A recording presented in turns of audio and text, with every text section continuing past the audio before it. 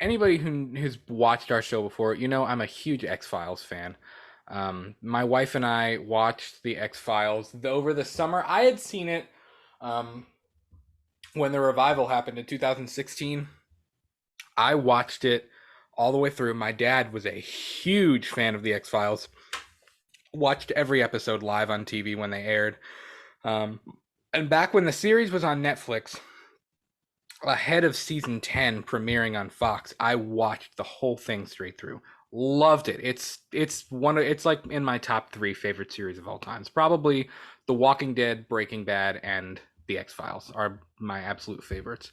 And kind of strange but interesting. I'm excited, but I'm also kind of like, oh no, I don't know what to do. Spellbinding, show-stopping, phenomenal, utterly spellbinding. Hey man, don't kick on Aretha Franklin. She my I know. queen. I saw the trailer for that. It actually looked pretty good. It looked pretty dope. Pretty good. All right, there's an X-Files animated comedy series coming to Fox.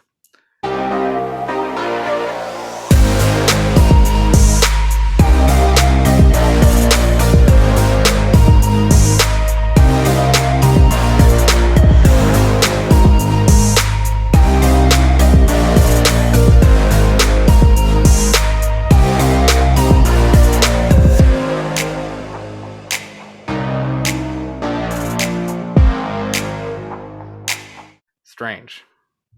Stranger than what Mulder and An Scully are looking animated at right comedy. here. See, when you said animated, I was thinking it was gonna be like a dark and gritty animation. But Well, I know, and that would be cool. But here's the thing: the X-Files. I mean, it's got funny aspects to it. There are parts that are funny, but like, it's not. It's really like a sci-fi horror-ish kind of thing. I mean, it's not really funny. yeah, Let's read this. I thought it was pretty interesting. An animated X-Files comedy series spinoff is in the works at Fox. The project is currently titled The X-Files Albuquerque. It has received a script and presentation commitment at the broadcaster. The show would revolve around an office full of misfit agents who investigate X-Files cases too wacky, ridiculous, or downright dopey for Mulder and Scully to bother with. They're basically the X-Files B team.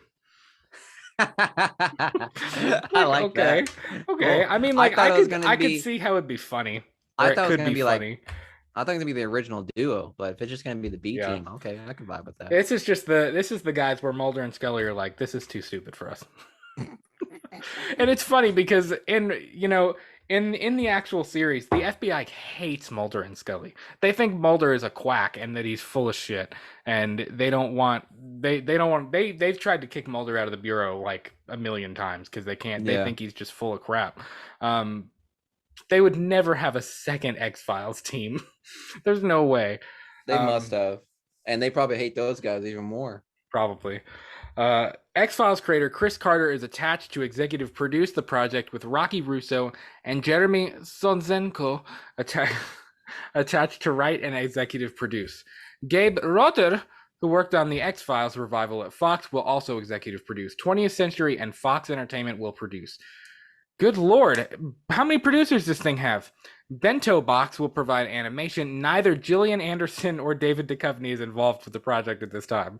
I almost wonder if they reached out to the two of them and they were like, no, No. no. The original X-Files ran for 9 seasons on Fox and inspired 2 feature films, during which Duchovny and Anderson played Special Agents Mulder and Scully in a one-off appearance on Fox's animated cornerstone, The Simpsons.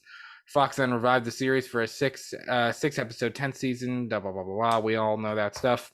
Goes on to talk about Russo and Sosenko talking about the collaboration they did on Movie 43 and Brickleberry.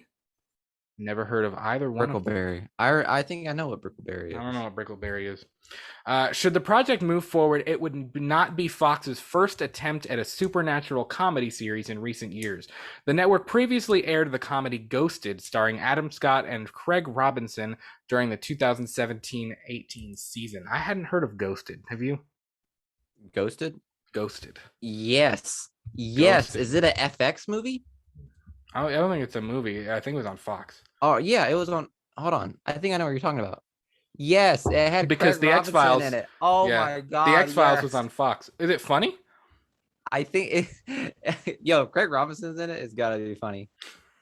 That is great. Cool. That's another series I need to check out. Oh, there you go. That show focused on a mall cop and a former Stanford professor investigating paranormal activities in Los Angeles for a shadowy government organization. Good Lord, that kind of sounds like the X Files, except it's two FBI agents that are investigating paranormal and alien things that are Right? being Right? followed by the sketchy American government. Yeah, yeah. That's basically It's the X Files in a nutshell. This would also not be the first attempt at doing an animated comedy derived from a live action drama universe. CBS All Access recently launched Star Trek Lower Decks. I could give a crap less about about bro, Star but Trek. bro, I think this one is I think Star Trek Lower Decks is I think it's There's the article. is it I think it's produced by Seth MacFarlane. No, that's another one. That's another TV show with Seth MacFarlane. I need to Really? check those out. Those are great. There's a scene that I remember, the one with Seth MacFarlane where like they discover the crew discovers cigarettes. Mm. They find out what cigarettes are, and they have a thing where they can materialize stuff, for Mm-hmm. food and just general stuff. Yeah.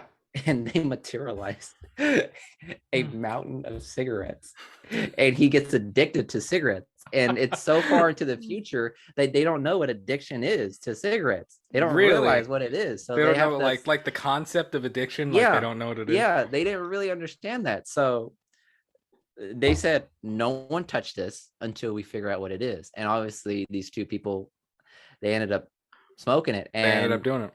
yeah, and they said you can't.